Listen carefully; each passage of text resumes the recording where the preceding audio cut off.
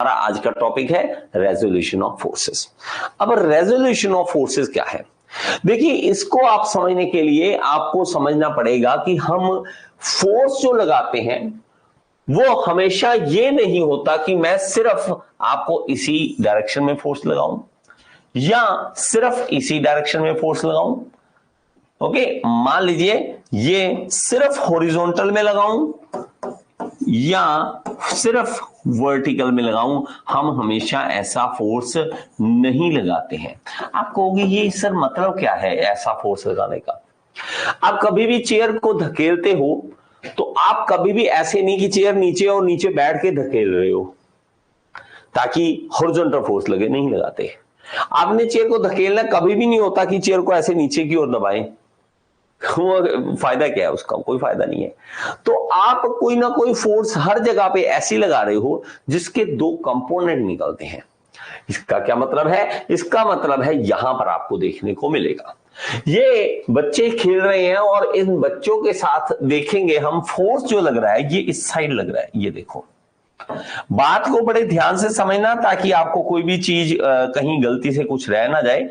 ये देखिए, फोर्स जो लग रही है वो ये है, इस तरह से फोर्स लग रही है। अब ये जो खींच रहे हैं इनको पता नहीं है ये क्या कर रहे हैं। ये एक्चुअली फोर्स लगा रहे हैं एट एन एंगल, किसी एक एंगल पर लगा रहे हैं। अगर हम इसको देखें तो इस फोर्स के दो कंपोनेंट बनेंगे। एक कंपोनेंट जो बनेगा वो इस साइड होगा, यहां पर इस साइड होगा। ओके, और इसको हम ये कलर दे देते हैं, देखिए इस साइड। और दूसरा होगा कंपोनेंट मेरा इस साइड, दूसरा होगा हमारा इस साइड होगा कंपोनेंट।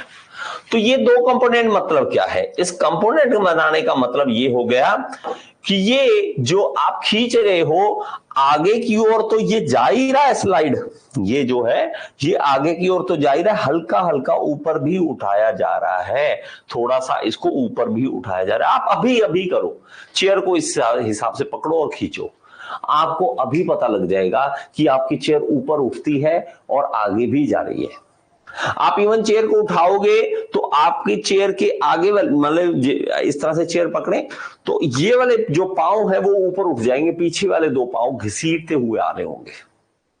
तो आप ये एक्सपेरिमेंट अभी करो यार, अभी रोक दो चाहे वीडियो और इसको करके देखो, खींच के देखो, तो आपको पता लगेगा कि मेरी चेयर ऊपर भी उठी और आगे भी गई। इसी चीज को कहते हैं कि कंपोनेंट बनाना, रेजोल्यूशन करना, अलग अलग कर देना और हमारे पास कंपोनेंट बना देना इसके। और हमें यह जानना है कि इसका ये वाला इफेक्ट ऑफ फोर्स कितना होगा और इसका इफेक्ट ऑफ फोर्स कितना होगा। फोर्स का इधर इफेक्ट कैसा है और इधर इफेक्ट कैसा है, ये कैसे जाने। और मैं एग्जांपल देता हूं, देखिए और ज्यादा एग्जांपल हम देखते हैं इस तरह से। ये जो बच्चे खेल रहे हैं ये फोर्स लगा रहे हैं इस साइड, ठीक है, थोड़ा सा इधर देख लेते हैं, चलो इस तरफ फोर्स लगा रहे हैं वो, ये देखते हैं। ओके, मैं यहां पे एग्जैक्ट बना देता हूं, लीजिए ये इधर लग रहा है। अब अगर देखोगे तो ये फोर्स ये डाउनवर्ड ज्यादा खींचा जा रहा है क्योंकि हमें ये इसके बराबर लेकर आना होता है, और ये इस साइड कम खींचा जा रहा है, ये देखिए। तो ये इधर लड़की को इधर कम खींच रहा है, नीचे की ओर ज्यादा खींच रहा है क्योंकि इसका एंगल ऐसा है।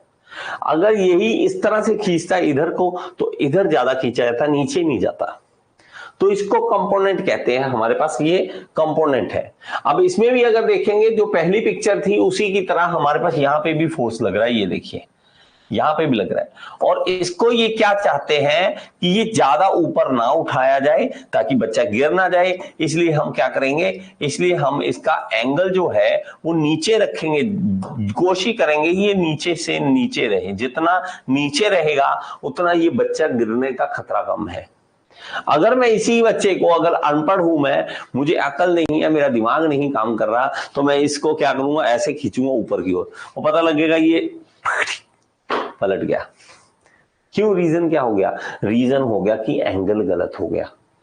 एंगल बहुत ही इंपॉर्टेंट है जब हम कंपोनेंट बनाते हैं, एंगल बहुत ही इंपॉर्टेंट है। तो मैं क्या करूंगा, यहां पे आपको सिखाऊंगा कि किस तरह से हमने कंपोनेंट बनाने हैं और किस तरह से हमें इन चीजों को समझना है। देखिए हमारे पास मान लीजिए ये फोर्स है इस तरह से, ये हमारे पास एक हॉरिजॉन्टल फोर्स है, मैं इस तरह से हॉरिजॉन्टल बना लेता हूं ताकि आपको समझ आ जाए। ये सबसे पहले 0 डिग्री एंगल पे हम फोर्स लगाते हैं, 0 डिग्री पे। ओके, अब 0 डिग्री पे हमें पता है कि ये हॉरिजॉन्टल है, तो इसका कोई भी कंपोनेंट ऊपर की ओर तो बनेगा नहीं, क्योंकि हम जो फोर्स लगा रहे हैं बिल्कुल इस तरह से लगा रहे हैं, ना वो ऊपर की ओर ना नीचे की ओर फोर्स कोई नहीं लग रहा। मैं दूसरा फोर्स लगाता हूं, वो लगाता हूं 30 डिग्री पे, इस तरह से। अब 30 डिग्री जो है, इसके कारण हमारे दो कंपोनेंट बनेंगे, एक इस साइड और एक ऊपर की साइड, एक ऊपर की साइड, ये। ओके, एक मैं क्या करूंगा, 45 डिग्री पे करूंगा, तो 45 डिग्री पे ये देखिए, अब मेरे पास ये और ऊपर की ओर इस तरह से हमारा ये भी बन जाएगा। तो ये 45 डिग्री के एंगल पे। और अगर मैं 60 डिग्री के एंगल पे फोर्स लगाता हूं, तो ये हमारा कुछ इस तरह से, ये देखेंगे, और ये कम हो जाएगा और ये बढ़ जाएगा, ऊपर की ओर बढ़ जाएगा। और 90 डिग्री पे देखें तो इस तरह से। अगर आप कहो ऐसी एग्जांपल कहां मिलेगी, तो ये मिलेगी आपको क्रिकेट में। क्रिकेट में आप जब खेलते हो, आप ऐसे स्वीप शॉट लगाते हो, ऐसे बिल्कुल जमीन के साथ स्वीप शॉट लगाते हो, तो 0 डिग्री के एंगल पे काम करते हो।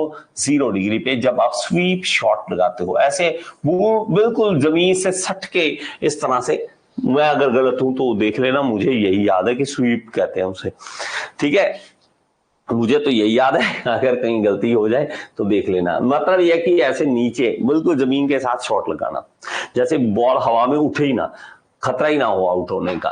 तो हमारे पास स्वीप है। एक है कि अगर हम 4 लगाना चाहते हैं, हम चौका लगाना चाहते हैं, तब हम 30 डिग्री पर खेलते हैं, जिसमें बॉल हवा में कम जाती है, हवा में कम जाएगी, दूर ज्यादा जाएगी, तो हम 4 लगा देंगे, मतलब आप बाउंड्री आप कर देंगे, तो ये होगा। अगर आप चाहते हैं कि सिक्सर लगाना है, तो आपको 45 डिग्री पे सही रहेगा कि दूरी और ऊंचाई दोनों हमारा सही जाएगा, दूरी और ऊंचाई जो है वो सही जाएगा, तो हमारा क्या होगा, 6 लग जाएगा। हम क्या कहेंगे, लो जी सिक्सर लगा दिया। ये आप खेलते हो। अगर हमें गलती हो गई, हमसे गलती हो गई, 60 डिग्री पे हमने खेल लिया, तो 60 डिग्री पे आउट होने के, कैच आउट होने के ज्यादा चांसेस रहेंगे, कैच आउट होने के ज्यादा चांसेस रहेंगे। जरूरी नहीं है कि आप हो जाओगे, ठीक है, लेकिन कैच आउट होने के चांसेस ज्यादा है कि ऊपर की ओर बॉल ज्यादा गई, आगे नहीं गई, तो आसपास कहीं, बॉलर के आसपास कहीं कैच हो जाए, ये संभावना रहेगी। और अगर आप 90 डिग्री पे खेलते हो, तो आपके पास ऊपर गलती से किनारा लग गया, ऊपर गई बॉल, और वहीं हमारे विकेट कीपर भाई साहब ने आउट कर लिया, ये कैच आउट कर देंगे। कौन? ये विकेट कीपर ही आउट कर देगा। और ये फोर्सेस इस तरह से होते हैं। लेकिन अगेन बात यह आती कि कितनी है फोर्स, हमें ये नहीं पता लगा, तो उसको निकालने के लिए क्या करेंगे, हम लगाएंगे यहां पे एक और एंगल बनाएंगे, इस तरह से बना देते हैं। मान लीजिए 30 डिग्री का एंगल इस तरह से बना देता हूं, मैं कोई भी एंगल बना सकता हूं, डोंट वरी। तो इसके दो कंपोनेंट बनेंगे, एक इस साइड और दूसरा इस साइड। लेकिन ये कंपोनेंट है कितना, ये कैसे पता चले, तो ये हमारा है 30 डिग्री का एंगल, ये मान लीजिए 30 डिग्री का एंगल है। अब मैं क्या करूंगा, इस हमारे पास जो ये कंपोनेंट है, इसको उठाकर जानबूझकर एक बार यहां लिख देता हूं, यहां पे बना देता हूं, इसको यहां पे बना देता हूं। तो ये एक क्या बन गया, ये एक राइट एंगल ट्रायंगल बन गई। राइट एंगल ट्रायंगल के अंदर हमारे पास ये होता है हाइपोटेनस, जिसको हम कर्ण बोल देते हैं, हिंदी में कर्ण बोल देते हैं और इंग्लिश में हाइपोटेनस बोल देते हैं। एक तो इंग्लिश के नाम ही ऐसे हैं, बोलने में भी परेशानी होती है। तो और दूसरा होता है परपेंडिकुलर और बेस। आप में से कुछ बच्चे ये सोचते हैं कि सर ये परपेंडिकुलर है, बस परपेंडिकुलर किसका सोचते हैं, जो सीधा खड़ा भाई साहब वो परपेंडिकुलर। ऐसा नहीं है, परपेंडिकुलर कोई और भी हो सकता है। गिवन एंगल कौन सा है, आप एंगल कौन सा मान रहे हो, उसके हिसाब से परपेंडिकुलर होगा। अगर आप 30 डिग्री का एंगल ये ले रहे हो, तो ये वाला हमारा गिवन एंगल है, तो ये परपेंडिकुलर बनेगा एंगल के बिल्कुल सामने, और ये बन जाएगा बेस। लेकिन अगर आपको दिया हुआ कि नहीं ये वाला एंगल गिवन नहीं है, ये गिवन है 60 डिग्री का, तो आप एंगल के सामने ये परपेंडिकुलर मानोगे, इसको बेस मानोगे। लेकिन अभी हमने जो एंगल माना है वो ये है, इसलिए ये परपेंडिकुलर और ये बेस हो गया। अब हमें समझना है कि साइन थीटा क्या होता है। साइन थीटा हम देखते हैं तो वो होता है P/H। कॉस थीटा क्या होता है, B/H। बी मतलब बेस अपॉन हाइपोटेनस। और tan थीटा क्या होता है? tan थीटा होता है perpendicular over base, perpendicular over base. अभी आप में से जिन बच्चों को ये भी नहीं पता तो फायदा नहीं है, जेई आप नहीं बन सकते, मेरे तरफ से बिल्कुल ना है, मेरी तरफ से बिल्कुल बिल्कुल क्लियर सुन लीजिए। अगर आपको sine theta, cos theta, tan theta नहीं पता, आप अपने दिल से पूछना, आप अपने दिल से पूछना। अगर आपको पता है तो बहुत अच्छी बात है, नहीं पता तो मेरी तरफ से गारंटी है कि अभी आप जेई बनने के लिए तैयार नहीं है। चलिए आगे चलते हैं। अब इसके अंदर अगर हम देखें तो हम h को इधर ले जाएं, h साइन थीटा जो है वो क्या बन जाएगा? साइन थीटा क्या बन जाएगा? p। h साइन थीटा क्या बन जाएगा हमारे पास? p बन जाएगा, p बन जाएगा। ओके, मैं इसको साफ लिख देता हूं दोबारा। ओके, h साइन थीटा, और मेरे पास ये क्या आ जाएगा? h cos theta. h cos theta क्या बन जाएगा? b, ये b बन जाएगा। अब हमें यही चाहिए था, हमें इसकी जरूरत नहीं है तो हम इसी से उठा लेते हैं। तो p क्या बन गया हमारे पास? h sine theta. ये क्या बन गया?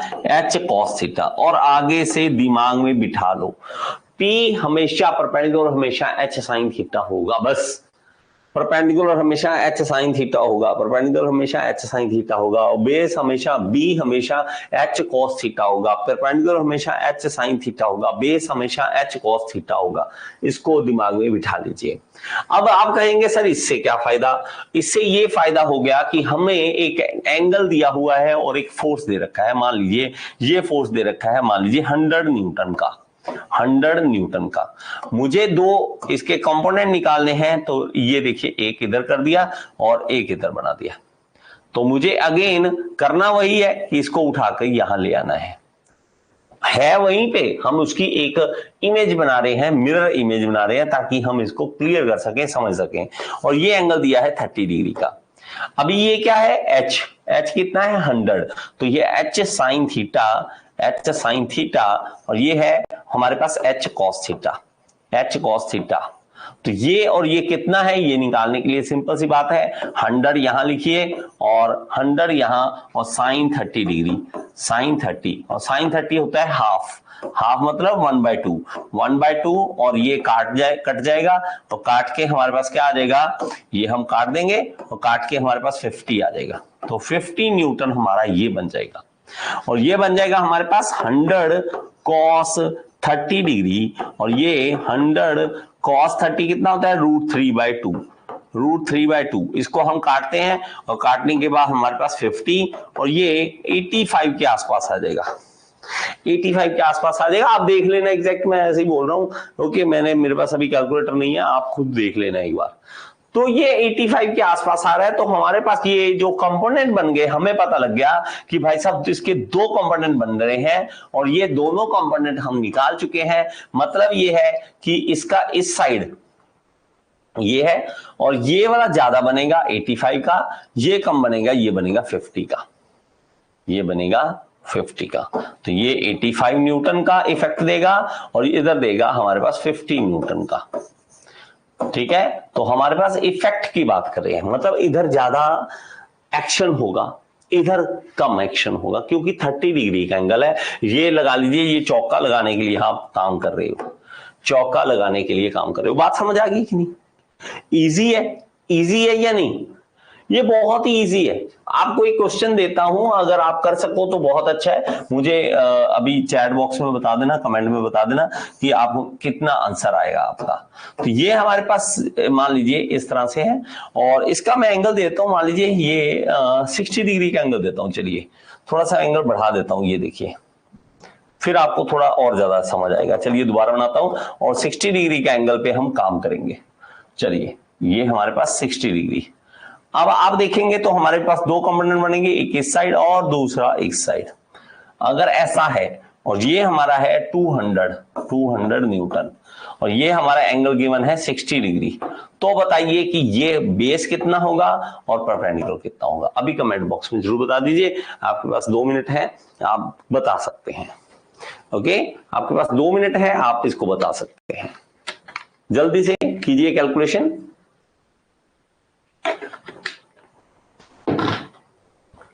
ओके, आई होप आपने कैलकुलेशन कर ली होगी जल्दी से, और कमेंट बॉक्स में जरूर बताइए, और ये भी जरूर बताइए कि आपको समझ आया या नहीं आया। तो ये रेजोल्यूशन ऑफ फोर्सेस है, इसके कंपोनेंट कैसे बनते हैं फोर्स के, ये हमारे पास है। तो आपको समझ आया या नहीं आया जरूर बताइए।